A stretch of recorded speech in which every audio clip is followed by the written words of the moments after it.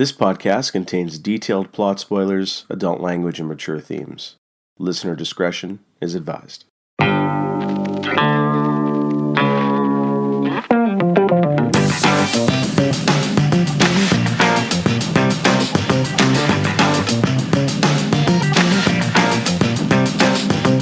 back to a podcast of rare antiquities.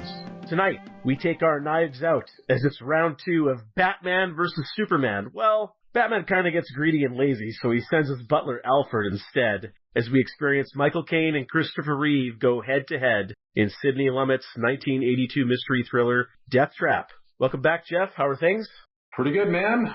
Good to be back. Yes, good to be back. So, I can't remember. How long has it been since we did the last one? Maybe about a month or so? It's been a month. I mean, we've been on a decent clip lately, though. Like, the last couple months, we've recorded a lot. But I think we wanted to record like 4 episodes by now, and we got to 1, which is this one. Yeah, we got to 1. That's okay. The Christmas is a legitimate excuse. So yeah. Jesus waits for no podcast. Yes. Fucking long-haired asshole. Then you have his bodyguard, Santa. Have fun getting around that fat motherfucker. Get it. So, Deathtrap, Jeff, can't recall. Did you ever hear of this movie before when I announced it? Was it a complete surprise and unknown entity to you, or were you somewhat aware of this movie? Never heard of it. Never heard of it. Okay. Never heard of it. Never heard anything of it. Total fresh new thing. Yeah. It's like it just came out yesterday. All right. So this kind of genre, maybe we could talk about it. I guess it's technically classified as a drama / mystery / thriller, or kind of a combo of the two. After watching this movie, where do you kind of fit this movie in which of those? I think it fits in a different genre than that altogether. Like, to me, it fits within the Broadway adaptation genre. If you didn't know it was adapted from a play, you'd watch and be like, this is probably adapted from a play. Very evident. Yes, it is very evident in more ways than one, which I'm sure we're going to get into. Before we get into the plot, we got Michael Caine, Christopher Reeve, and Sidney Lumet here. So we've covered Sidney Lumet before when we did Network, but we talked about Michael Caine as well in The Man Who Would Be King, and we also talked about Christopher Reeve when we were talking about the Superman movies, so don't really think there's much more to go on. I guess maybe I'll just ask you one generic question, because Michael Caine has done a lot more work than Reeve. Obviously, he was more of a prolific actor even when Christopher Reeve was alive, and then obviously Christopher Reeve had his accident mid-1990s, so his career was unfortunately cut very short, and then he passed away a few years later. Before we get into this movie, what do you think of Christopher Reeve as an actor? Because I think we can agree that Michael Caine is a very good actor. He can do a variety of different roles. You can take him seriously. He can be funny. He's got that kind of class about him. How about Christopher Reeve himself? What's your take on him as an actor? I don't know that I had ever seen Christopher Reeve in anything other than the Superman films before watching this. He wasn't huge. Like, it wasn't a big name and didn't do a lot. Certainly didn't do a lot after Superman, and like I said, his career's cut short, so I wasn't that familiar with him. Like, he was great as Superman, but that's not necessarily the best representation of how good an actor the guy is. So, like, that's a very specific character that you kind of have to fit into. So I wasn't that familiar with him. So he was a very big Juilliard-trained actor, and then I think he even was roomies in Juilliard with Robin Williams. When Robin Williams was first starting out as a comic. I think Robin Williams also went to Juilliard, or they went to some school together, and then they were also roommates, and they were hanging out. In fact, I think they were technically best friends until Christopher Reeve's passing, and then Robin Williams, apparently, as rumor has it, was taking care of Reeve's family where he could after Christopher Reeve passed away, which was very nice of Robin Williams. It's a very sad tragedy around all of that, because you had Christopher Reeve who passed away. Soon after he went, his wife Dana Reeve also passed away from cancer, which was sad. And then shortly after that, Robin Williams, well, I would say shortly after that, maybe another decade later, then Robin Williams commits suicide, unfortunately. So it's kind of a bit of a sad situation there. I know there was one really touching tribute, I think, when Robin Williams first won either a Golden Globe as a serious actor or an Academy Award. I believe it was a Golden Globe, and I can't recall what the role was for. He dedicated the entire speech and his whole acting career to Christopher Reeve. So, but yeah, for me,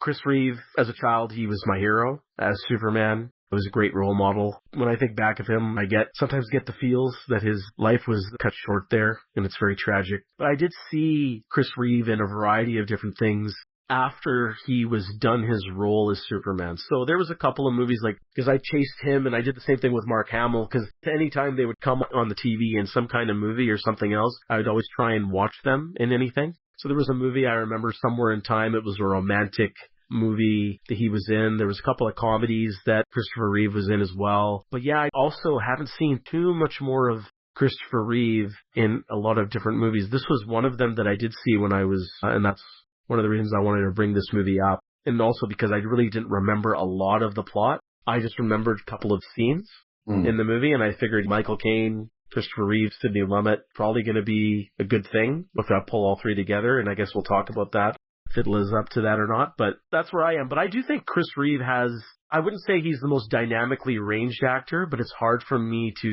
say because there's not a ton of body of work that I have seen to go off of. But apparently coming from Juilliard, he was the shit coming out of there, so from his class. So here's an interesting anecdote that I came across recently about Christopher Reeve, and you can go check it out. One of the people that he trained with when he was getting in shape for Superman? Yes. So he was trained with David Prowse. Yeah. Yeah, Mr. Vader himself. That's true. Compared that he was completely skinny and he had no muscle mass or fat on him whatsoever when he started. He did put on a decent amount of muscle mass for the role in the first, I'd say, 3 Superman movies. The bulkiness was different at the time. It was different. Silver Age Superman was not as massive as modern age Superman. And I think as time went on, especially as superheroes started to get costumes to enhance the muscles, I think then even at that point the actors started bulking up even more so. So yeah, but they're just mutants now. Yes, they're disgusting. They're just gigantic, disgusting human protein shakes is what they are these days. And then they bulk the suits up on top of the bulked up. I don't even know how those guys move around on this fucking thing. It's ridiculous. I know this is an aside. Well, if you look at Ben Affleck in Batman v Superman, Ben Affleck was a giant, and then they molded the suit bigger even around him. I don't know how he even walked, especially the Batman Mecha Godzilla suit, but that's neither here nor there. So I just thought it was kind of fun. I watched that. I don't know if you've seen the documentary. I think it's on Netflix. It's a documentary about David Prowse. Oh, okay. And he shares that particular anecdote on there. They had a clip from a talk show back in the 70s where Christopher Reeve said he was training with him, and that's actually a cool documentary. This has nothing to do with this episode. Well, how about I just get right into the plot synopsis here? All right. Playwright Sidney Brule is down on his luck. His latest stage play is a failure, and he hasn't had a success since his earliest works. He depressingly returns home to the Hamptons in Long Island, where he bears his anger and frustration to his wife Myra. Even though they are not struggling financially, Sidney's ego demands another success to secure a legacy for himself, a man who would be king for the ages. After realizing that a former student's first draft of a play named Deathtrap, which was submitted to Sidney for feedback, is near masterful, Sidney concocts a plan to invite the student over for discussion, and then kill him off in the process in order to take the play as his own. Despite Myra's pleas to change his mind, Sidney calls the student, Clifford Anderson, and he finds out that Clifford hasn't spread out any copies of the play to anyone else. He has no wife, and nobody knows that where he is traveling. This death trap seems to be coming together nicely. Sidney convinces Clifford to come to his home to discuss the play. Once Clifford arrives at the home, Sidney casually persuades Clifford to stay at the house, so Clifford can take advantage of Sidney's mentorship and experience. However, Clifford seems to want to make it more on his own terms. At the same time, Myra discreetly attempts to persuade Sidney from committing this foul act, but Sidney fools Clifford into being handcuffed, as he describes and acts out a fake play to Clifford. Clifford, now handcuffed to the chair, is now nervously realizing he may in fact be the last son of a doomed play, and he tries to escape by explaining that he has a girlfriend at the hotel as a potential witness to a crime that may about to happen, but Sidney has none of it. Mr. Anderson, this old, diseased maniac, is going to be your banker. And Sidney chokes Clifford to death with a chain prop from one of his previous plays. Mind over muscle? After burying the body in the garden and having all the copies of the play with him, Sidney is ecstatic. All too easy. However, there soon is a knock at the door, and their neighbor Helga, a psychic and failed celebrity in her own right, feels a disturbance in the force and wants to see if they are okay. As Helga walks through the house, she feels pain, especially around the areas Clifford was attacked. She also sees boots in her mind, which was worn by Clifford. Before leaving, She warns Sidney that a man in boots will attack him and that Sidney is in great danger. That evening, Myra seems content and lustful for Sidney for doing something so evil. But before crowning Sidney king in bed that night, she hears a sound and feels there is an intruder in the house. After Sidney helps her check everything, Myra is about to close the bedroom window when out pops Clifford, still alive and fresh from the garden. Clifford quickly attacks and subdues Sidney, and then chases Myra. Myra, so scared, collapses and dies of a heart attack. Sidney then calmly walks to Clifford's side, and they can't believe it was that easy, and they share a kiss.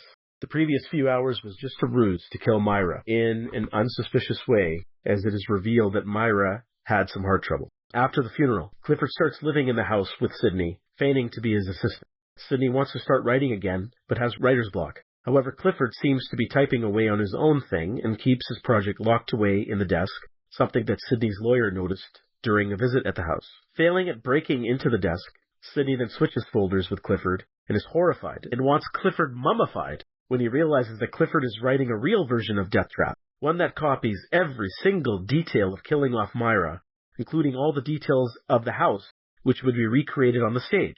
Only the names are different. Are you deranged, Clifford? But Clifford is convinced on the play's potential, and he will write it with or without Sidney's approval, but is still willing to let Sidney collaborate on it. Sidney, still shell-shocked, agrees to assist Clifford with smoothing out parts of the play until he can come up with a plan. A few days later, Helga once again visits the house, but this time meets Clifford as she is looking for candles as there is a huge storm outside. She notices that he wears boots, and when Sidney comes home later, she again warns Sidney that Clifford is the one whom will attack him. Sidney realizes that he is probably in big trouble either way, so he devises a plan to really kill Clifford by having Clifford act out Deathtrap as part of the writing process. Sidney secretly hides a loaded gun and gets Clifford to try and attack Sidney with an axe to act out the play, but when he pulls out his gun, he realizes there are no bullets. He switched them. Clifford switched the bullets into another gun. Clifford doesn't want to kill Sidney. Instead, he ties Sidney up to the chair and goes to pack, claiming he will write the play on his own, and if Sidney ever gets in his way, he will kill him or go to the police and reveal everything. However, the trick's on you, Flyboy. You use Harry Houdini's play shackles instead of the real thing, as Sidney is freed and grabs a crossbow. It's now Master versus the Apprentice. Who wins? You couldn't guess it unless you were psychic. Sidney shoots an arrow into Clifford. Clifford seems to about to chop Sidney in half. Who is left standing? Well, it's Helga, of course. She comes at the right time to interfere, and her interference causes the two writers to kill off each other, leaving Helga with the script, which she turns into a Broadway smash. Our Broadway is safe again, Helga. Thanks to you. The end. There is Deathtrap, Jeff. There's Deathtrap. There's Deathtrap. What are your comments? Man, I think my comments are best left to the blow-by-blow breakdown. I don't know that I want to give anything away. There might be a twist. Okay, well, I guess the one thing I will ask you is just based off, you read a synopsis like this now. Mm-hmm. Now, we already know, and you've mentioned it, and I mentioned it, that this is the adaptation from a play. And it reads like a play. You read the synopsis, pretend you're just trying to remove the concept of you or the memory of you watching this film. Now, you read a synopsis like this. Do you think it is adaptable for the big screen in any reasonable manner? Yeah, I think so. Okay. I think so. But if I was in charge of editing or producing or writing, and I'm not of any of that, I would definitely get rid of a character who's psychic. Yeah. That'd be my comment. But is this an adaptable story for the screen? 100%. Yeah, totally. It's got the meta elements there, which are very popular these days. You got a little bit of cat and mouse going on here. You've got a twist in the middle. I think it has lots of elements there that you could turn into a feature. I agree. And I think as we get through this, the blowdown, the blow-by-blow, as we get through the movie, we can... The blowdown, did you say? That's it's called the blowdown henceforth. It's the blowdown. We got to write that shit down. Trademark, copyright, podcaster antiquities. The blowdown. The blowdown. I'll hit you with some trivia. So, as mentioned already, this is the second Sidney Lumet film we've covered in the podcast. Again, the first one was Network. And the original play was a 1978 play written by Ira Levin. And Levin also helped create or pen the screenplay for this movie. The movie has a 75% score on Rotten Tomatoes. Take it for what it's worth, but Roger Ebert gave this movie a glowing review. Said he loved all the meta elements that you were talking about or referenced there, and he loved the cat and mouse, and he thought it was a good adaptation. A more interesting fact here is the kiss scene between Sidney and Clifford was originally not in the play and was added as a new element to the film. But according to Christopher Reeve, it was unfortunately not positively accepted by the general audience at the time and received booing at some screenings he attended, which was an unfortunate sign of the times. One guy, even at one of the screenings he was at, said, "No, Superman, don't do it." Oh, man. Yeah, it's, again, I mean, I'm not a surprise to hear that, unfortunately. Yeah, you're not surprised to hear that. It's 1982. No. It's a different era as well. So the movie made $19.2 million at the box office back in 1982. Which would be equivalent, if you're to $51 million adjusted for inflation to today's dollars. I couldn't find any information on how much it cost to make, so I guess it is what it is. Dyan Cannon, who plays Myra in the movie, and she was nominated for a Golden Raspberry Award for Worst Actress for this movie. A little trivia on her, because I've never heard of her before. At least I may have seen her in other things in passing as a side character, but I wasn't familiar with this actor. But she was once married to Cary Grant, and they have one child together, Jennifer Grant, and she's also an actor doing some bit parts. Dyan is still active to this day, and she has acted in many movies, but she may be more recently known for her role as a recurring character on the Ally McBeal series. And it may surprise or not surprise you to find out that she was nominated 3 times for a Golden Globe for acting, and twice for an Academy Award in her previous works. And apparently she's a gung-ho Lakers fan. She attends every game for the last 30 years straight. Wow. Yeah, so good for her. Rubbing shoulders with old Jack on the court side there. And Jack. That's interesting. She was, not to give anything away, fucking brutal in this movie. So to hear that she was nominated for a Raspberry is perhaps there is justice. I'm not sure I would agree. She wasn't amazing by any stretch of the imagination. I don't know. I'd be hard-pressed to say she was brutal. I wanted to murder her, so... Okay, well, I guess I got the motivation was there for me. Okay, that works for me. Anyway. Yep, off with her head. Okay, Deathtrap. Let's get through this sucker. So, let's break this movie out into... Again, let's do our little 3-act structure here. Let's talk about the introduction to our characters. So we have Michael Caine, who plays Sidney. We have Dyan Cannon, who plays Myra. We have Clifford, who is played by Christopher Reeve. And let's talk about the state of mind, if you want to comment on how Sidney is introduced, how he devises his plan, what kind of themes or commentary, or what you think of that character just going straight to the sense through his lust for recognition, jealousy, greed, just to go straight to murdering somebody as quickly as he comes home from a failed play. So why don't we talk about the setup for this movie? His play fails. He's had numerous fails, but he had some success earlier in his career. And he wants one more big one, a surefire winner, to round out his career, and he's willing to murder for it. And there's a twist to it later, but as an audience, we don't know that until the twist comes. So let's talk about the lead up to all of this, how invested you were until Clifford arrives at the house. Okay, so the opening's fine. His play bombs, and he goes and gets bombed himself because he's obviously an egomaniac, which is not surprising for a formerly successful playwright. I get where he's at, but okay, there's a couple things. So when he gets home to his wife, man, that was some greasy exposition there when he's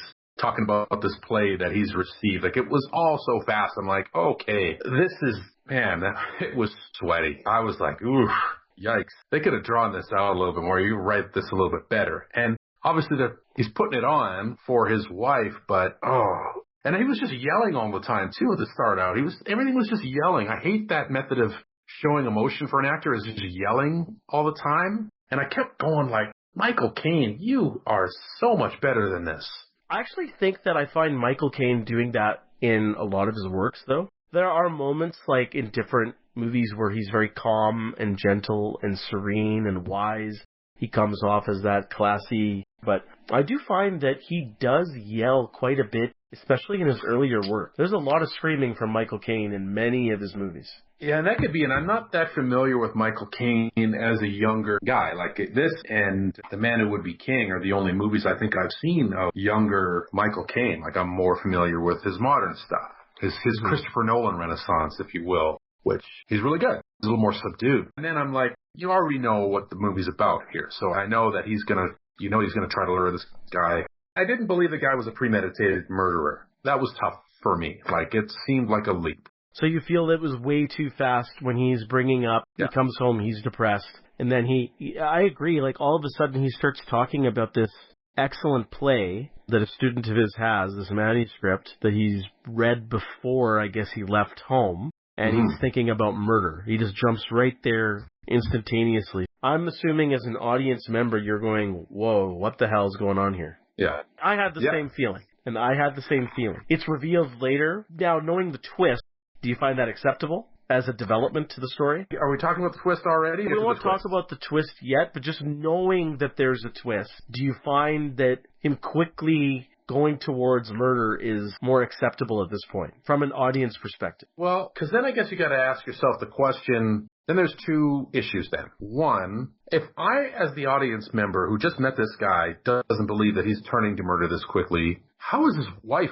going to accept that? I mean, she does. She tries to talk him out of it, but like that should be horrifying. She'd be like, no, come on. Like, that's not what's going to be happening here. Like, I know she's like on the drugs and stuff like that, but come on. How is she going to be there? So she'd be like, okay, hold on a second. Yeah, she accepted it too quickly, and I don't know, I was just wondering why. I'm like, maybe call the police or like a helpline or something at this point. Yeah, and I guess another problem I have here is that I understand, like, this feels like a more classical, because again, based off a play, right? Mm-hmm. There's something very simple and very Shakespearean. It's just very down to the black and white. Like, this guy is like, he's just about greed and self-worth and jealousy, that he needs this for himself. They specifically say they're okay with the money. Mm-hmm. Like, they're living in the Hamptons in Long Island. They don't need the money. He just wants a hit to secure legacy, even though he was a past success and still renowned, right? Mm-hmm. He is already a name. So I'm not sure I buy the fact that he jumps to murder from an audience perspective as well. But yeah, I think more could be done with Myra here. I agree. She goes along for the ride a little bit too easily, even though she is still trying to, even after Clifford will come, trying to discreetly say, maybe we shouldn't, Sydney, what are you doing? And, oh, Sydney, we should think about something else, because she's trying to persuade him not to go through with the act, right? Mm-hmm. But I agree. I think there needed to be something more from Myra. I think there needed to be a bit more, I would say, drama and exposition and character interaction between the two to talk about this step. Or if you feel that, are they really would it be different if they're down on their luck and they're poor, they don't have a lot? Like, does that change anything for you? The thing is, okay, so they're more desperate, because we're not quite to the point. Like, at this point, we don't know the full extent of his plot against her, right? That's right. And I mean, I found her insufferable. Maybe not in a murderous way. So I don't know. Maybe would that have worked better? Or maybe, because we need to talk about that when we get to the point where we can talk about that. Okay. Because he doesn't know yet about how much he's going to be getting, right? No. So greed isn't. Okay, we'll talk about that when we get there. But okay, we'll talk about more. I'm not sure if he was doing it for the money. I think he was doing it to get out of that relationship. That was just a bonus. Well, but if you want to get out of a relationship, you just be like, I want a divorce. And the bonus to that is you don't need to resort to murder or this elaborate scheme. You just be like, I'm out. Yeah, so I guess you're right. Then it has to still be about money. Okay, so we can move on to the next part when Clifford now is introduced. But before I do that, I wanted to ask you something. I agree with everything that you've said so far. I wanted to ask you one thing. So one thing, the movie and the script and everything is adapted from a stage play. Mm-hmm. So it's set up very much like a play. What did you feel about the sets and the way the movie was lit and directed by Lumet? Do you think he was purposely going for that play type atmosphere? Was he shooting it like a movie? Because I'm saying yes. I found that there, especially in this first act, there was a lot of wide shots. There was not a lot of close-ups. I think that changes as the movie progresses. Mm-hmm. He gets a little tighter on the actors' faces, especially after, I'd say, more in the second half of the film. But This first half of the film, my God, I felt like I was watching something like a soap opera. Yeah. Without the soap opera effect that we have on new TVs, but it still felt like a stage because the sets didn't feel real, even though it was real. You know what I mean? It felt like it was built on the stage, but you know, as the movie progresses, you see this still feels like it still looks like a house. But I thought it was fake until they started going outside. And then I was asking myself, because there's the way the movie was lit, it felt like it was lit like a stage play inside the house. And when you see a couple of scenes where Sydney and Myra move onto the porch and stuff like that, and they're outside in nature, and that's still part of this house, which I'm assuming is still part of that same house that they're filming the whole movie in. But it felt like a movie there. And then it comes back inside, and it feels like a play. The way it's lit and presented. Yeah.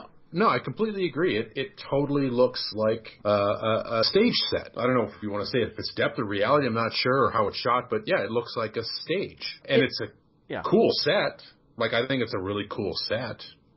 But yeah, no, you're absolutely right. It has the feel of a stage play, and that was one of the issues that I had with the film is, if you're going to change the medium of this story, like obviously if you're sitting in a theater, it's going to be a set, right? One room set, basically. If you're going to change the medium, then there needs to be, then you need to make it a movie. So don't make it a set. Like, make it a movie. Make it a movie set. Like, play with your medium. Because that's exactly what the original play was doing, was playing with the medium. So now you're in a film, you can play with that medium. So then if you're just basically shooting the play, then there's no reason to make it a film.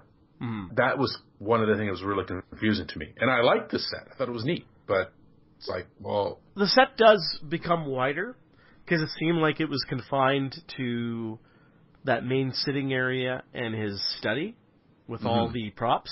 And you get a small glimpse of the fireplace which would be the background, not the foreground. But then the movie opens up to a dining table and other stuff in a few scenes later.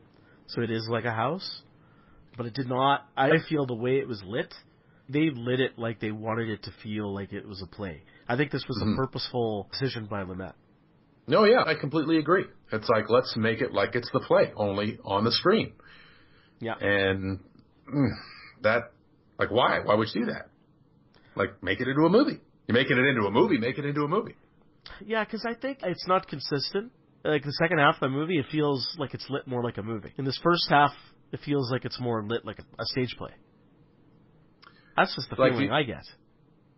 I wonder if that's deliberate, because it's obviously, like, it changes in the second half. Like, everything's upside down. So you think you're seeing one thing, and then you start to see another. So it's possible that was deliberate. But, well, we'll talk about that later, because there's a few things that perhaps fall into that category. Yeah, well, I'm wondering, it's like the first half is like they're putting on a play for Myra, like the two characters, and then after that it becomes a little bit more organic. Right. Like things just play out, and that's more like a movie. So I don't think that's the case. I don't think Matt was thinking that. But no, I don't think so either. Yeah, but I'm trying to think how he would approach this. So I'm on board with most of what you're saying here. I was just curious what you felt and how the movie looked, and I think we've broached that topic here. I just want to mention, I only made one other note here for this first part of the movie. There's a line that I laughed out loud, and I was drinking water, and I had to spit it out. You used a spit take. I did a spit take. And he says, when he's talking to Myra about the manuscript from Clifford, before Clifford comes, because he's trying to convince her how wonderful a play is, this manuscript is. It's going to make them so rich, make them so famous, cement his legacy. He says this line, even a gifted director couldn't hurt it. Yeah, I remember that line. Yeah, that's a good line. And the way he delivered it was fantastic. And that was classic Michael Caine. I love that. Yeah. So that was a fantastic moment and a great line. Okay, so let's move on to the next part of the movie. Now, Clifford comes to the house. We see Christopher Reeve get his looming presence come in. What's your initial take on the character and Chris Reeve's performance here, and how these initial scenes develop? Now, let's talk all the way up to the moment where Clifford decides he's still putting on that performance for Myra, but wants to leave. So just before he... Like when he's in the chair getting handcuffed? Or? Yeah, let's talk about all the way up to and up to the point where he's getting into the chair and getting handcuffed. So everything, that whole dynamic in the sitting area where, as an audience, we don't know the twist that's coming. Mm-hmm. So Sidney's putting on a show for Myra, and he's putting on a show that they're doing a little bit of a back-and-forth play, and he's trying to convince Clifford to, I really don't need your play, but if you leave, I can't help you, because I'll be too busy with something else. And then Clifford saying, well, you know what, I appreciate your advice, but technically I still want to make it on my own terms. And I'm about to leave, and then and then Myra, realizing that she's trying to subtly tell and persuade Sidney, let's not go through with this, right? Uh-huh. So what's your thoughts on all of this here? So it's tough because you need to see it in hindsight. This is a good example of like why you cast Christopher Reeve in this role. Okay, so this is a good example of like when you use an actor like Christopher Reeve, and especially effective on somebody like me who hasn't seen him much. So he comes in and he's got those like boyish good looks, and he's kind of sheepish even though he's like 6'12" and dressed in a stupid shawl, sweater, and the ridiculous boots. Like he looks like a bit of a goofball, and he's acting a bit of a goofball. Now, when I'm watching it initially, right, I'm like, oh, Christopher Reeve, poor guy. Like, he's in over his head. He's doing the best he can. He's being all sweet. That's what I kind of feel when he comes in. But that's the masterful use of a guy like Christopher Reeve, because everybody knows him as one thing at this point in his career, right? That's right. So it's a great choice because of what happens next. That's what this movie does. Is it's like they're leading you one way and they're going to take you in another direction, which is great for a movie to do. I want movies to do that. Where this movie struggles is like how far I'm willing to go down this other path for the twist to work, right? So yeah, I'm like, okay, he's doing fine. He's doing okay. I'm like, okay, Christopher Reeve's doing his best here with Michael Caine. I'm like, he's out of his depth a little bit, but he's doing his best. That's what I thought at first. Because Christopher Reeve's kind of, the way it's presented to the audience, as you said, he's kind of the innocent, naive student, right? And it's very earnest. So a lot of the scene here is still between Sidney and Clifford, but we also have a lot between Sidney and Myra in this scene here. So what did you think of their interaction and her trying to persuade, even though very discreetly, she's trying to convince Sidney not to go through with murdering him? Did you like this tension? No. Did you find? You didn't like it at all? No, not at all. I was so annoyed with her. I guess you'd have to say it made sense when you know what's going to happen, right? But I just wanted her to shut up or call the police. Like, I wanted her to do one of those two things. And, oh man, she was driving me nuts. She was driving me absolutely insane. She was so insufferable. I don't know how else to put it. And if she wasn't helping the situation, she wasn't driving any tension. And I feel like that was the intention of this exchange or the scene. That's where attention should have been focused as a misdirect, right? Because it's supposed to be somewhere else. That's where it should have been. And I was just like, stop. I'm a little bit more kind on the scenes between Sidney and Myra. I felt that this was setting up, like we're stopping where Christopher Reeve starts to get handcuffed to the chair, right? With those Houdini shackles that he can get out of. Yeah. Sidney wants to kind of demonstrate to Clifford, he's working on a new play about magic, and let's try this on just for fun so I can show you. I thought that these scenes led up to that very well. I do agree that there's still a lot of screaming from Michael Caine. What I did enjoy was, I guess he was channeling what you're just saying. He was getting frustrated with Myra. Yeah. So he was telling her to shut the fuck up and go somewhere else. I thought this was, especially where the next scene goes, and it's before the twist, I found it effective. I didn't find her grating. The only thing I would agree with you is that I feel that believability is something else. The movie does have to sell me saying, is this wife of this husband who's admitted he's going to kill this man, is she just going to sit there and just take it? She's not going to do anything else. She's just going to try and still persuade him to do the right thing, or maybe this is not a good idea, let's not do this. But I'm willing to kind of forgive it because of what she says later. After the deed is done, they're either sitting down or lying in bed. There's the scene where there was a part of me that hopes that you would do it. So I think that because of that, it saves me from hating this part of the movie more. And I think all of this led up to, it started to build a bit more tension. Because why would she say that, though, later? When or what did she say? Well, because later they're in bed, and she's like, part of me hoped you would do it. Yes. Well, why would she say that? Well, I'm not a man who's wanted to commit murder.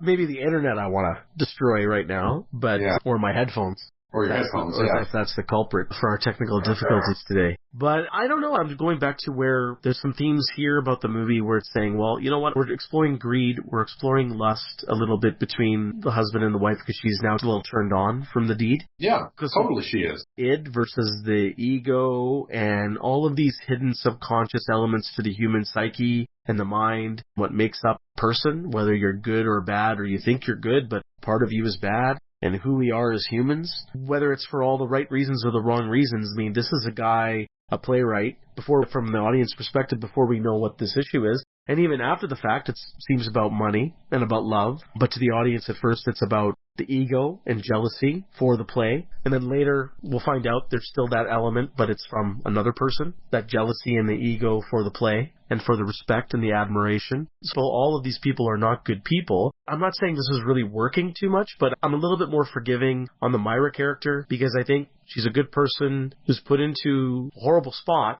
A normal human being would call the police or run away from the situation and still call the police.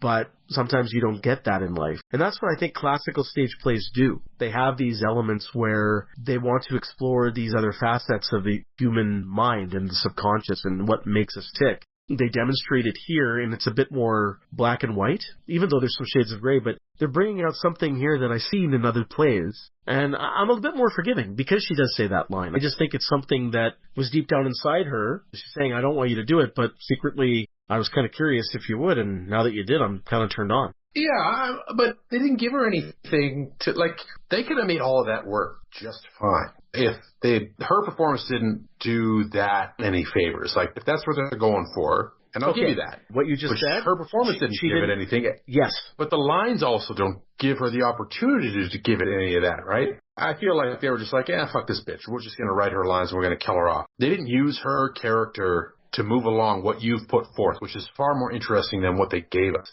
They didn't write that in. And I can't blame her for not doing it. A better actor than her might have been able to work that into the lines she was given. So it's absent. It should have been there, and that would have been used to great effect for the film because you could have played her darkness off. Because then you could say she had some darkness that might have been part of the motivation to kill her, which also would have been an interesting cyclical thing going on later. But none of that emerges, and wanted her to. I just want to be shh, be quiet. Be quiet. That's all I wanted her to do, which I guess is all he wanted to. But anyway. Yeah, you want a kindergarten copper. Oh, yeah, 100%. Yeah. Saving Private Ryan is actually what I wanted to do. I agree with what you're saying.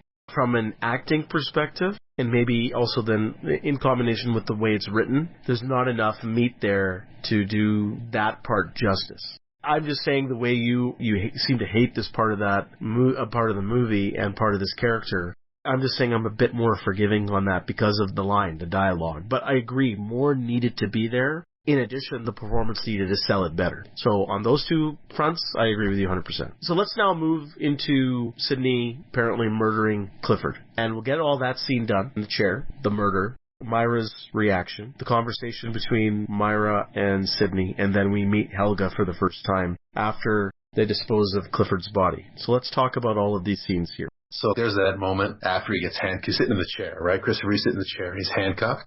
And I think he's tried to escape a couple times. And there's that shot. I think it's almost the first time we had camera movement within a shot, like a zoom. Yes, and I was going to bring it up. That was the first time we saw a camera. He looks up, and I'm shit, that was a good shot. I'm finally, tension. There was great tension there. Yeah, I agree, 100%. Great. What a great shot. What a great, he realizes now, oh shit, this guy's gonna kill me. That was great. The whole movie, notwithstanding, that was amazing. I love that. And the few shots after that as it was progressing, really good. Really good. As he's kind of walking around... Yeah. The Michael Caine's walking around Christopher Reeve. Christopher Reeve is sweating bullets, and he's still trying to save himself. Take story about the girlfriend. Yeah. He's selling his nervousness. The phone number and shit. Yeah. Oh, all really good. Really good. I love that. That was high awesome. tension. That was fucking amazing. 100%.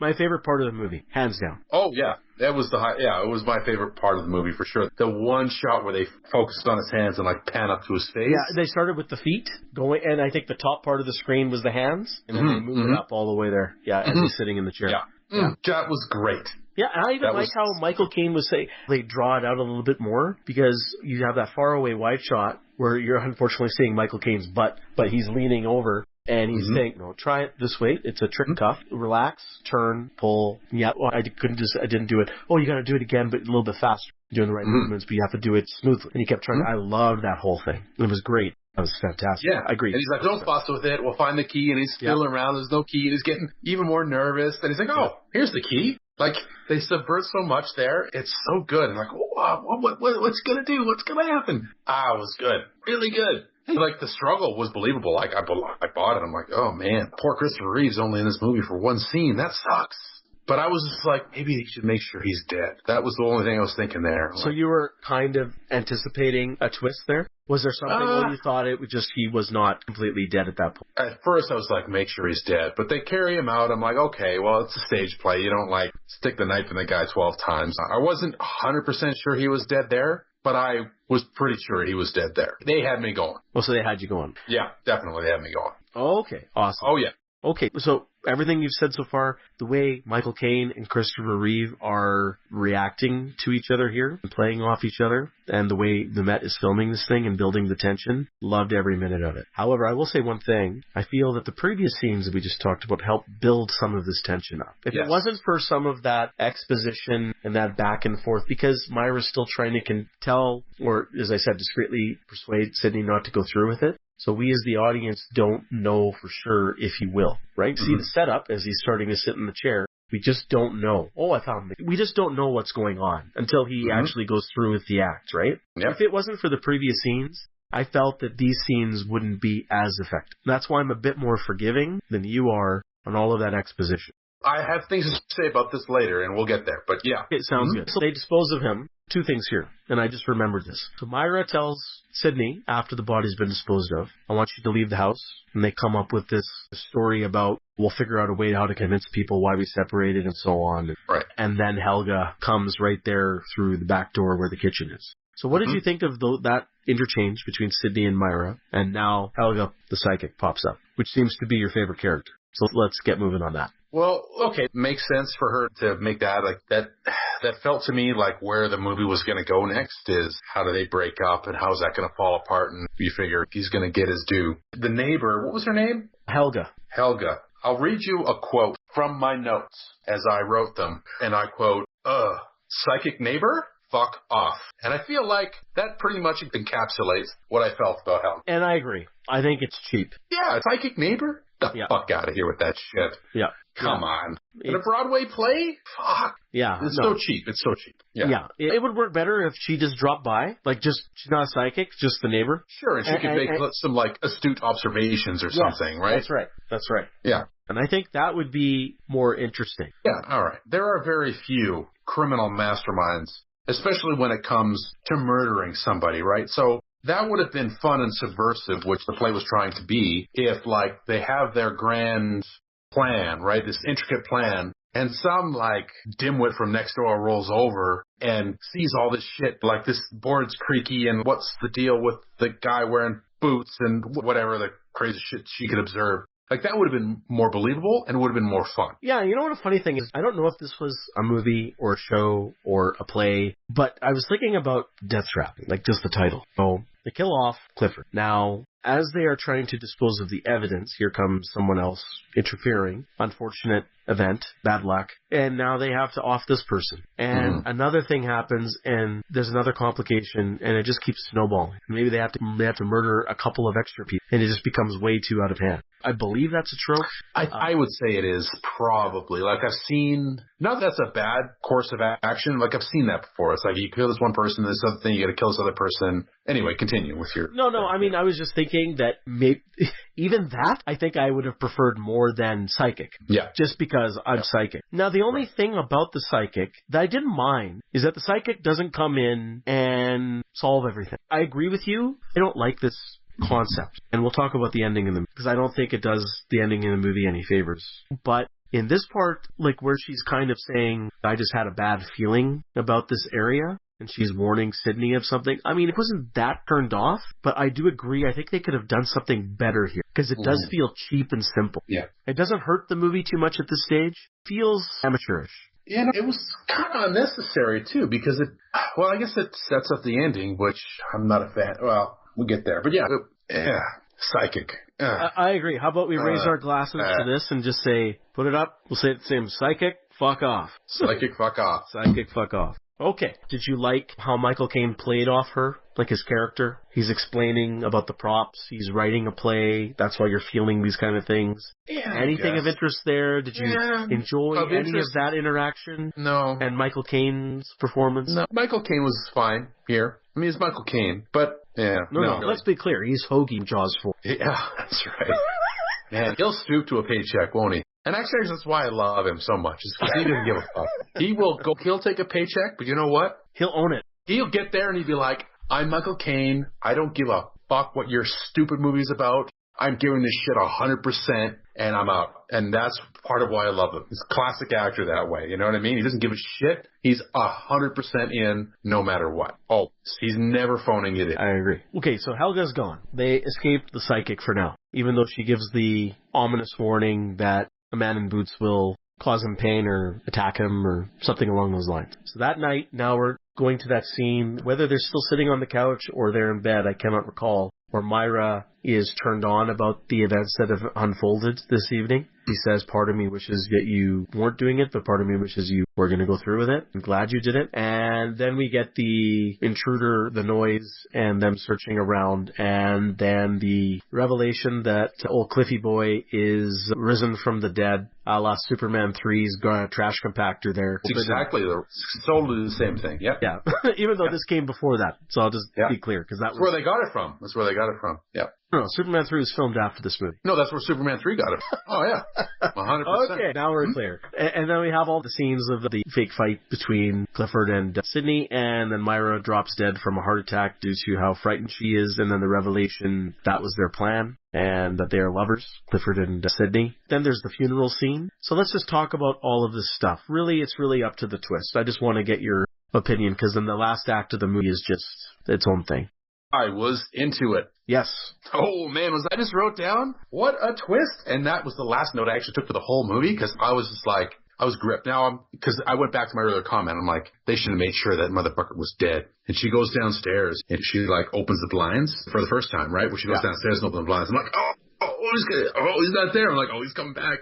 And when she opened it in the bedroom, I knew he was coming in there, and he did. And it was so awesome. And he's all messed up with the dirt. I'm like, yes. Because here's what happened also. Because before this scene happens, I was like, oh, man, I don't know that I want to watch the rest of this movie. I have to, because we were doing the show tomorrow. But I was like, I don't really want to watch the rest of this movie. So when this shit happened, I paused it right before, like when she goes down, right before she goes downstairs to open the blinds.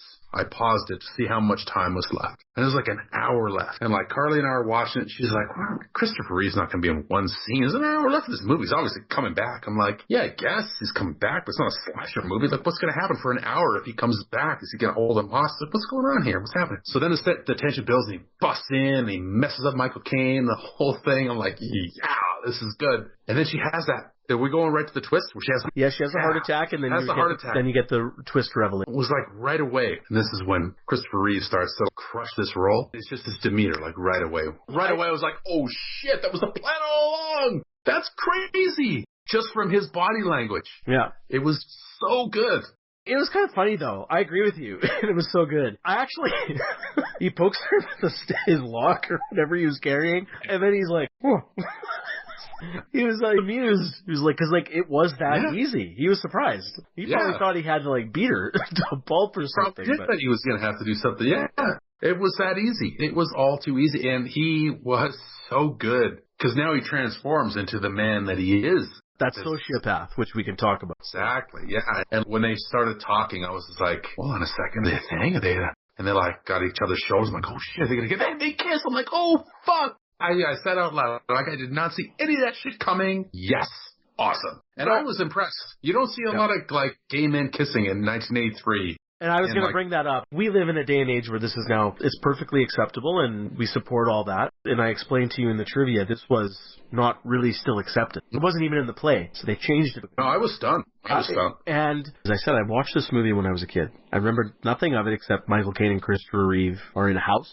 And the only other thing I remembered was that they kissed. Did you understand that when you were a kid? That their tongues were all up in each other? Yeah, that's okay. I was very accepting to all of that. I wasn't like that fool in the theater saying, no, Superman, no. I was going, wow, okay. But the movie, just like you were saying, probably gripped me. And that's why that stuck with me. And I remembered enjoying this movie when I was a kid. I just did not remember what happened after too much and how the movie played out. I didn't know who lived, who died. I had a feeling that they were going to fight each other. That was like kind of my feeling, like a vague memory that I had. But I knew about the twist, that he was alive and that they were in on it together. Okay. I just didn't know like what was the goal. I couldn't remember any of that. I guess the goal was to kill Myra. And I thought, even watching it today, well done, fantastic, beautifully acted by all parties. This includes, in the scene, Diane Cannon. Like, she was frightened and she had a bad feeling about it. I believed all of it. I thought it was well filmed. It was great. I was on board when I watched it again. Even though I knew something was coming, I didn't really remember all the details, but I knew something was coming and this is what was going to happen, and I still was gripped, just like you were. I'm happy that you had that reaction based on what your earlier comments of the movie where I was figuring you may not even enjoy the twist. That was good. We could skip over the funeral scene. It's nothing. The only thing worth mentioning is shortly after the lawyer comes by and they talk about what she's left as an estate. But it's secret. We don't know the exact amount. The only thing I remember Sidney saying is, oh, I didn't know it was that much. Right, exactly. He's surprised that it's that much. Yeah. Right, and then later I think he's revealing to Clifford there's not much. So he's hiding the truth from Clifford. Right? But now let's talk about the rest of the movie. Okay. This is the final act, even though it's a good chunk of the film. After the funeral, we have the lawyer visiting. The lawyer notices that, I believe, like, Sidney's having writer's block, whether that's part of the act of being someone in mourning or he genuinely has it. And Clifford's staying with him as a lover in secret, but faking to be his assistant. So the lawyer notices that Clifford's working away. They bought that kind of shared desk. He's noticing that Clifford's locking notes away, his own stuff, and he mentions that to Sidney. So Sidney sends him out for groceries, Clifford, and while he's away, he's trying to break in, and then he comes back, and then you get that kind of little cat and mouse play, so we get that little bit of, I wouldn't say it's ingenious, but, you know, it's good maneuvering by Sidney to get Clifford to get the notes out of the desk, call him, go somewhere else, and then he does the little swapperoo, and then you get the revelation that over the last, I guess, what it would be a few weeks since Myra's death, Clifford's been secretly writing the actual events into a play. The original manuscript probably was just nothing, because Myra wouldn't have read it. And now he's actually creating the actual Deathtrap play. And it's how all the events folded out in killing Myra. Only detail is that the character names are different. So when Sidney reads this, he flips a lid on him. But it gets revealed that Clifford's a sociopath, I guess, right? I guess so, right. Is there some backstory about he had some history or trouble with the law or some mental illness, but he was identified that he was borderline sociopath? Now, I guess the question I have here is Michael Caine used him to kill Myra and they were really lovers? Or he's faking being his lover so he could get rid of Myra, and now he's in a different sort of heap of trouble? I don't think the movie was really clear on what Michael Caine wanted. Except, he did want Myra out of the picture, or money, but their relationship I wasn't 100% on. Is it a true relationship? It felt like it was more true from Clifford's perspective, but I don't know about Sidney's perspective. Yeah, I got the impression that this isn't necessarily in the film, so I'm not sure exactly where I'm getting this from. I got the impression that, I assume he was actually a student in his seminar, and they had a fling. Yep. And it occurred to Michael Caine to kill his wife. And the reason that he went forward with it is, like, he did identify Clifford as a sociopath. Like, he knew he had trouble with the law. It's like, this is a guy who will commit a crime. Yeah. He'll do it. That's right. Yeah. So it was kind of like it all came together for him in that sense. I was fine with that. That made sense to me. I was just a little curious. I wanted your opinion if you felt that their relationship was genuine from Sidney's perspective. It was at first, but then he was just using it after that. So yes and no, because was he actually in love with him? Maybe not, but he was certainly infatuated with him. Obviously, had no problem using him to his ends. So yes and no, which again worked for me, because that's sometimes how relationships work. Yeah, that happens, right? That's how relationships often are, right? So that was fine for me. That worked. Okay. So how about then the revelation now that Clifford's doing his own thing, writing the script, you get Sidney's reaction and the drama that unfolds here. Because now Clifford's going to say, I'm going to write it with or without you. And I think that they have a bit of a struggle because I think there's a scene, Clifford saying, I need your help to write Act 2, you to collaborate on this thing. And you're not going to stop me. And then I think, I don't know, what was confusing to me was the scene. So Michael Caine says, let's do something where I taught you in our workshop. We're going to act it out if we're struggling with writing something. We'll get inspired. So I think he's trying to almost like he's going to try and overpower Clifford, but Clifford then gets him in a headlock because they're doing something, they're playing out a scene, and then you see Clifford choke him a good deal. He does let go, but at that point, Sidney realizes he's not going to out wrestle this guy, outmaneuver this guy physically. He'll have to think of something and do it later through some smarts and wits to get out of this situation. I think he was trying to do something there, and I'm curious to see what your thoughts are here. So I want you to talk about all of these scenes, but I also want to get your opinion on that. Okay, so this is another one of those sequences where the film's roots as a play really shine through in a good way or a bad way. I don't know. Like they do that little bit where he lures Clifford into the kitchen and then runs around outside and in and grabs his manuscript and puts it in the folder and then runs back around. It was silly. I could see that playing out on a stage and it would have been very funny. In a movie, it just looks stupid. Right. So that was the one thing. But okay, that's fine. I mean, does he need to test out if he could wrestle 6'4" Christopher Reeve into submission, old 46-year-old Michael Caine? I think he had done the calculus on that before and knew.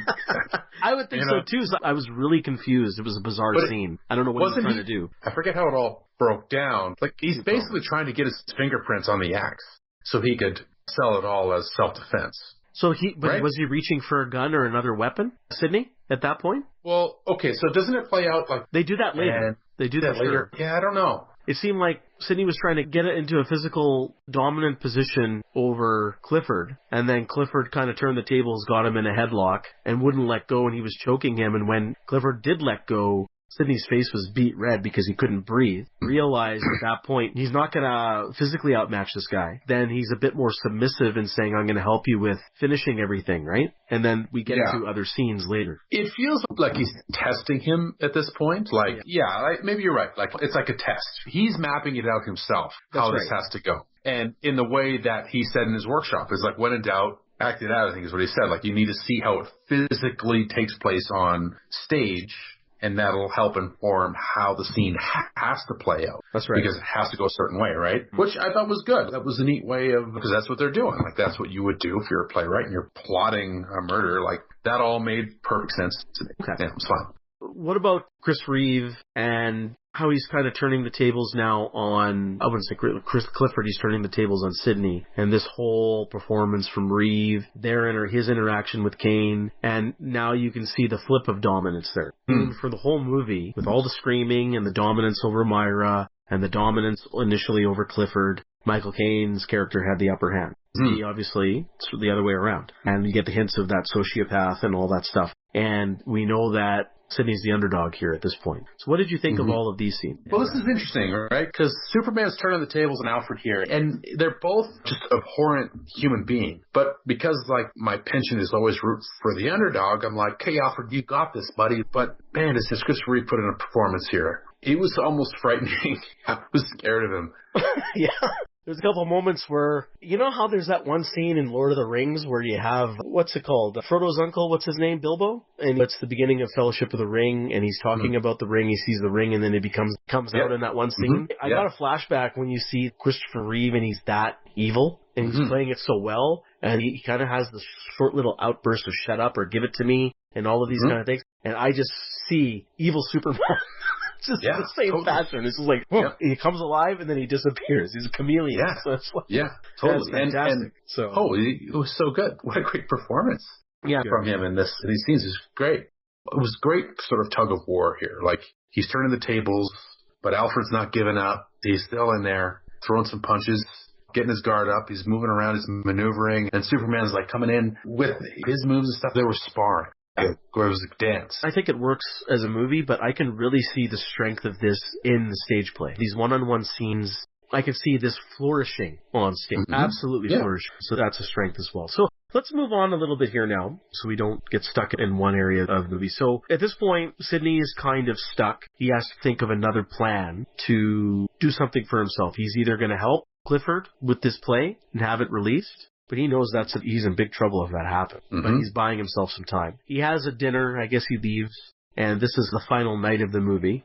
We go to a different day, and now we get the next visit of Helga, and she meets Clifford, asking for candles. There's a storm coming. Then Sidney comes home. Helga warns him, hey, this is the guy I'm telling you about. He's got the boots. He's going to hurt you. She goes away. Then we have the showdown at that point, because Sidney's made the decision to kill Clifford, but he's got to set it up as self-defense. So he gets the gun, does all that, hides it on the mantle and the fireplace, and gets him to hold axe. We're going to react out something again to get the play working, gets the fingerprints on the axe, and then you have the old switcheroo. He pulls out the gun, says, well, you're in trouble. Nope, click. It's like, oh, what do you think, I'm fucking stupid, Hans? No bullets.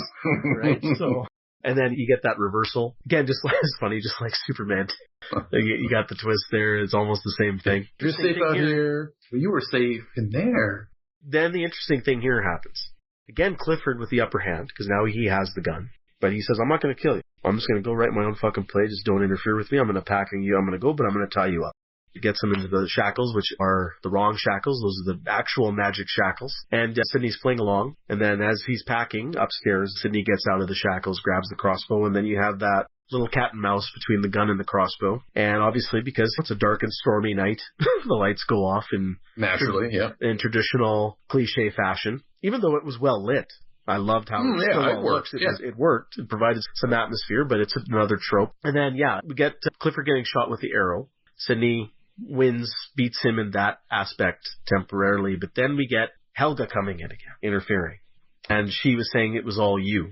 I don't know at what point she was probably watching some of these events occur in the dark, seeing how everything was played out, and she starts putting things together, saying it was you were working together, or it's all you two, you're no innocent in any of this. And then, because that buys Clifford some time to get some energy, he gets up and seems to be about to chop good old Sidney down, and we cut away to the future, in which these events are actually now being played out on stage in Broadway, and it's Helga's hit, and that's where the movie ends. So let's talk about all of these scenes. Let's talk about the showdown and all of this Helga nonsense. Okay, so their cat and mouse game there, they're back and forth, where they're outsmarting one another over and over again, I thought worked fairly well. Like, it was kind of fun to see what was the other guy going to do, because he had thought ahead to this situation. That was fun. But Helga can get the fuck out of my face. I agree. Especially here at the end. About this lady, I got Superman and Alfred fighting here. This test of wits. And this like psycho lady with a fucking reflective hat, pink hat, psychic, and she comes in and just blows the whole thing out. Like, thanks, Miss Tessmacher. You weren't the star of the story. You fuck off. That was kind of how I felt about it, I guess. Everything else is great. I like the thing with the handcuffs and like the gun, the bullets being swished. That was great. And he climbs up with the crossbow. I was into all of that. Yep. It was great. But I guess part of the problem as well is like you have two bad guys fighting against each other. And it's like, which bad guy do you want to win? Do you want old bad guy or young bad guy? And also I feel like Christopher Reeve's problem is that he didn't do enough back work when I looked at his physique. But like from the front, he looks like an Adonis. In the back, he looks like a cancer patient. But other than that... I don't think he was really working out for this particular role, but that's okay. Well, no, but he had a six-pack. He still had a six-pack in this movie. He's just like do some pull-ups. Come on, man. That was just an aside. It was an observation I made. But other than that, and then Helga comes in and like, really? This lady? Who the fuck are you? Yeah, fuck off. I agree 100%. That's what I felt. Yeah. Everything was awesome. I love the turning of the tables for each of these characters. The only question I have for you is then, before Helga coming into and all that stuff, what did you think of the revelation that Clifford's going to let Sidney live and he's just going to go off and do his own thing? Were you okay with that? Still not sure. I'm not sure. Yeah, I'm not sure I'm okay with that. Yeah. Because the guy just was about to kill him. So I think a sociopath would have acted differently in that. I suppose on the other hand, though, because here's what I thought is it's like, it's not easy to get away with murder. It's like, I could kill this guy, obviously. Like, I could kill this guy. But how to get away with it at that point, I think maybe that was how he was thinking. Like, how do I get away with this? Right. I don't need to kill him. Like, that was also another thing. He didn't need to kill him. It didn't matter, right? Yep. So I'm not going. From that perspective, that's smart. And sociopaths can be very smart. Right. He's thinking steps ahead and saying, well, you know what? We've already got Helga coming in here earlier, witnessing I've been here. The first guy is going to be tracked down if you're dead. Easier to not kill you. And he's not at risk, right? It's fine for him. He hasn't actually murdered anybody. Yeah, that's right. He died of a heart attack. That's right. And yeah, he hasn't murdered anybody. He hasn't done anything that can be proven. And he's probably thinking, well, you know what? I'm just going to leave. I don't believe this guy's going to come after me. And if I get any hint of anything, I'm going to let out that we have a gay relationship. And that's going to ruin him and his reputation. Exactly. Yeah, so he had all the leverage. He's got all the leverage, exactly. So, yeah, I agree with you. And talking about it, I think I buy it even more. So that's good. But yes, this whole fucking ending with Helga. When that movie ended, I did not remember this ending. In fact, I didn't remember Helga at all. And she's the worst part of this movie. Drags this movie down, and she ruins the ending. And it's fucking horrid. Can't stand it. So I agree with you. I don't know what else to say. Fuck this character. And it's a shitty ending. That's all I gotta say. I don't even know if it works for the stage, but I can see it happening on the stage. I can see a lot of this happening on the stage and working better on the stage than it did in the film, it's more about morals. Like you say, these are two evil people. The greedy, selfish, murderers, a lot of jealousy, a lot of problems and unbalance between the ego and the id happening here between both of these characters. And then you have the somewhat pure psychic, at least someone who has morals, and she gets all the reward at the end. So I feel that's kind of a shitty message from the play, but I can see that's where it's coming from. Yeah. You know how I felt with this movie? Okay. If you're watching like a hockey game, you're excited to watch it because your team is playing, okay? And the first period's kind of a bore. Fine. It happens. And then you're watching the second period and like the other team is up 3-0. Okay? And let's say there's 2 minutes left in the second period, and the other team's still 3-0. You're like, okay, I don't know. Maybe I'm going to go do something else for this tonight. And then the team you're rooting for pops 2 quick goals.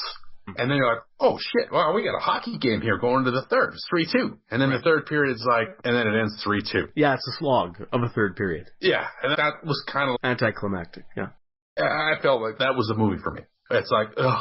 And then like, bang, oh, awesome, we got a movie. And then it like peaked too quickly. Didn't deliver. And it didn't deliver in that last part of the movie there, yeah. I agree. I have the same feelings. I was disappointed. I mean, I like aspects of the third act, mainly between Sydney and Clifford and all of their interactions. It's just the shit with Helga that ruins everything for me. Yeah. It's a real bummer, man. Why was that what they needed to do? It wasn't about her. So why is that even a thing? You know what? I would be even accepting of her presence in this movie if after she had met Clifford and gave that final warning to Sydney, she was nowhere to be found again in this movie. Yeah, that'd be fine. And I'd be okay with that. Yeah. But because she is a central part of this ending and she is taking credit for the play after the fact and she's the ending, it's stupid. I was left with my jaw on the floor going, really? That's it? Yeah, not only is it stupid, it's inexplicable. Yeah. I can't figure out why that was, like, look at this and say, guys,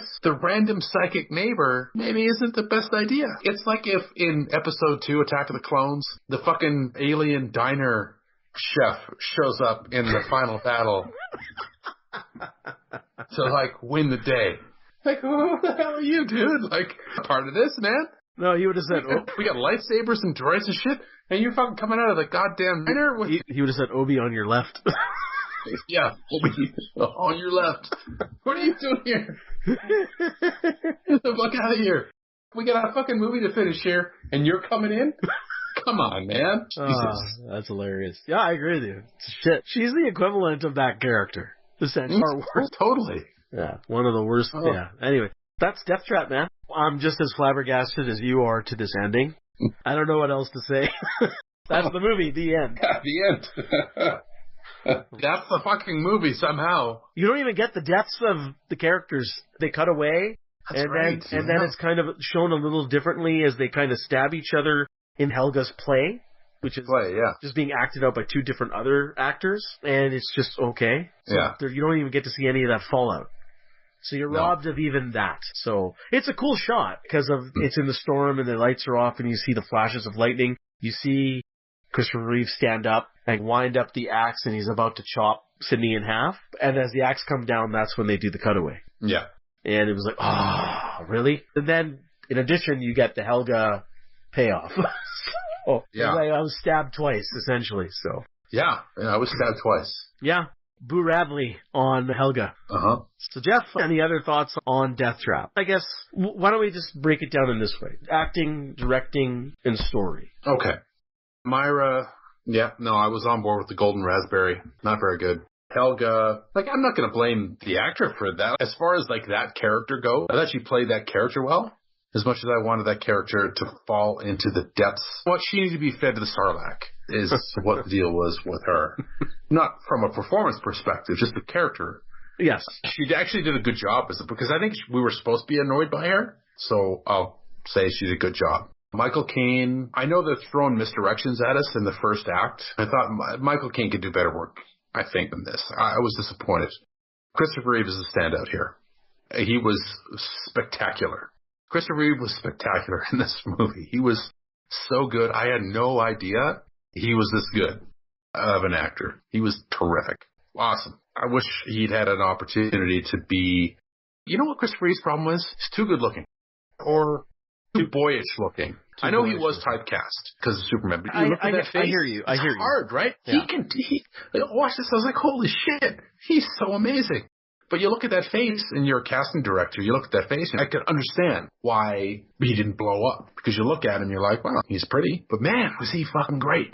He was fucking great in this movie. He was fantastic. Can't say enough about Christopher Reeve, but I'm also biased. I'm a huge fan. But I agree 100%. This performance is amazing. Going back to his looks, I think if life was more kind to Christopher Reeve and he survived and had more time to have a career, I think some grizzled looks as he aged might have helped. Well, maybe he was born too early. I think now Hollywood's a little bit more forgiving of good-looking dudes in roles that are less you could put a leading man-looking guy in a less leading man-looking role. I think today you can play around with that a little bit more, whereas in the 70s and 80s it was a little bit more difficult. You had your Tom Cruise and stuff. It's like he was born in the wrong time. He'd be perfect today. He could be in shit today and be good in it. It's just then people were like, whatever. Yeah, it's a shame. It's a fucking crime. No, well, everything about Christopher Reeve that happened to him is a crime. So it's crime and a tragedy. 100%. Yeah, so I don't want to say more there. I could go for hours about Chris Reeve and his acting ability, but I agree with you 100%. I'm a little surprised you're that hard on Michael Caine. I agree with you that I think at the beginning of the movie he was screaming and yelling. I think you were looking for a little bit more nuance and depth there. I look at it from a perspective where if he's trying to show his wife or convince his wife that he's that desperate, that frustrated, if it's where the character is supposed to be. So I'm a little bit more forgiving on that. I think Michael Caine did a great job.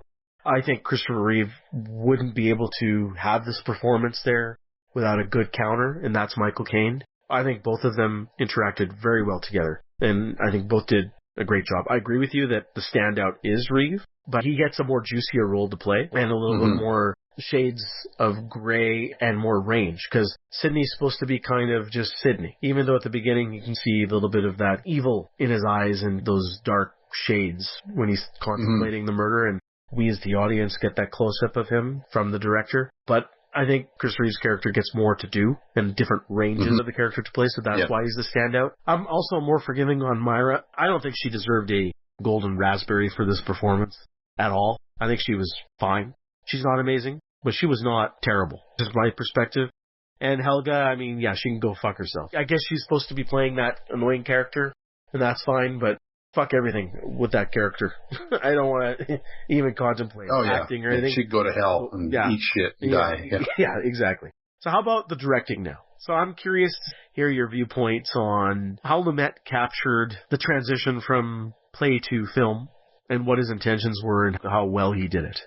Well, I guess that's the point. He didn't really capture. There was no transition. This was a stage play.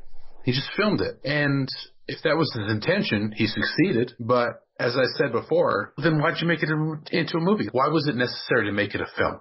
Then, if you love the play, fine. If you're like, I want to make this into a movie, fine. But you need to do more than just put the play on and put a camera in front of it.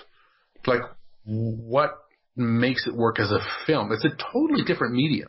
One of my pet peeves, as I'm sure I've brought up on this podcast before, is when a book is made into a movie. And always you're going to hear some asshole who thinks he's fucking literary critic being like, yeah, the book was better. Fuck you and that opinion. It's a completely different situation. Books and movies are not the same at all. The only reason people feel like they can compare them is the similar narrative structure. So you can adapt a film into a movie, but you can't say one is better than the other because they are totally different. It is the classic apples and oranges situation. I hate to use a cliche, but it's perfect. I agree. It is a perfect there. They're both fruit, sure, but they're totally fucking different. No, they're different mediums. So, and they're meant totally to be different mediums. And they're meant to be experienced in a different way. Exactly. So if you're going to take a book and adapt it into a film, you make a movie. And what you do then is you make choices in order to make the movie work while still capturing sort of the story and the flavor of the novel. Just as an example, because you brought up Lord of the Rings earlier, that's actually a great example where the movies captures like the flavor and the narrative of the book, but they make movies that work as movies. Movies that stay too close to the book are boring as shit because books are not the same thing. Here, they didn't make an attempt to make the play into a movie. They made the attempt to film the play. And so I was bored. So did they succeed in putting the play on film? I guess. They were good actors and they filmed the play, but why? Okay, here's a good comparison. So I don't know if you've ever seen Glengarry Glen Ross, the movie. No. Okay. So Glengarry Glen Ross is a play. David Mamet is one of his more famous works. And there's a movie. He might have even directed the film. And it's great cast. And I never saw the play before. I saw Glengarry Glen Ross as a film. And I'm like, okay, it's kind of boring. It's fine. Like, there's great actors in it, some good lines, and Alec Baldwin crushes it because it's Alec Baldwin. But it's fine. But recently, about 6 months ago, I actually saw a stage production of Glengarry Glen Ross. And it was like a community theater thing in town, like actors working for nothing, bullshit theater in the middle of a fucking field that I had to like walk under train tracks to get to. But as a stage production, and even in that context, it was awesome. Totally different. Worse as a stage play.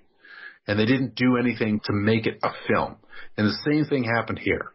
I haven't seen the stage play, but all I see is a stage play, and it's not a movie. And I don't even remember what the fuck question you asked me. About the direction, like how it's transitioned from play to film. No, it didn't transition at all. Put a fucking camera up, put the play up.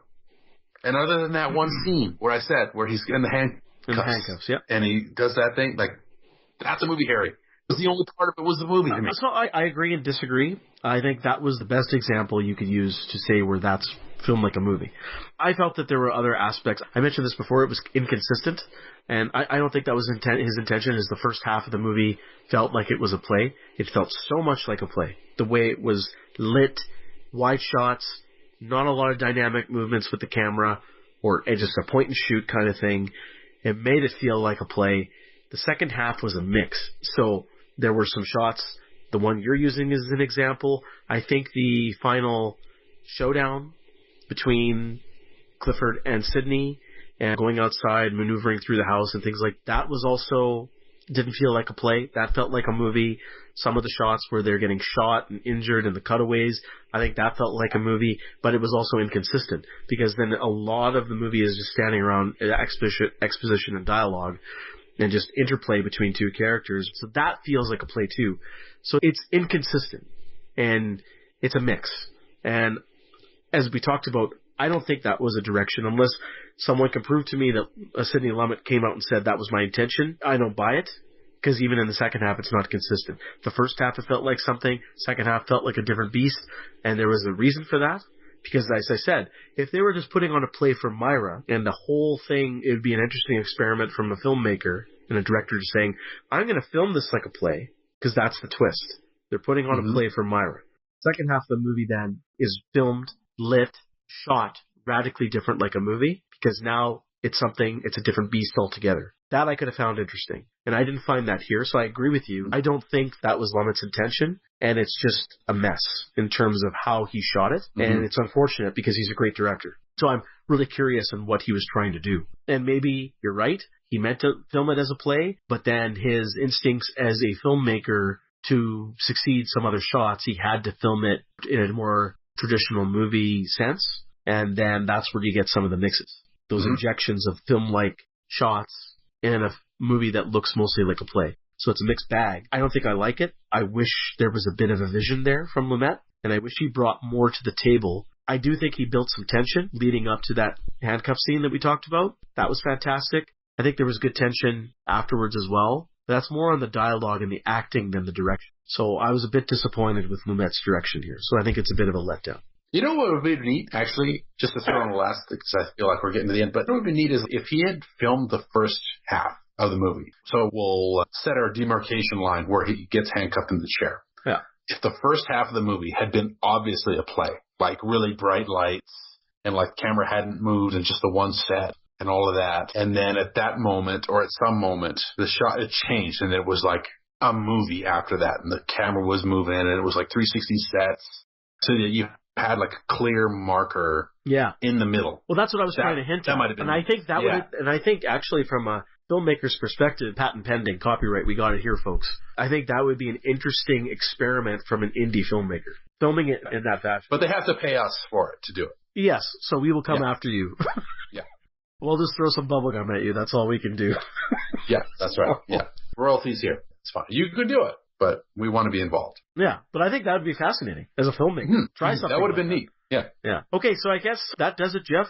Is there anything else you really want to bring up for this movie? We've touched on most of the main stuff here. Oh, I think we can just talk about one last thing is just story. So we talked about the acting, the direction. The story, I guess, is I like it, but it's leaving me unsatisfied because of Helga, unfortunately. And I think that's really the fault of this movie. Yeah, I think you agree. Yeah. Unsatisfying conclusion. Other than that, like a story like this kind of hinges on the performances because it's a character-driven type of thing, right? So you need good performances here, and which we got. But the ending kind of.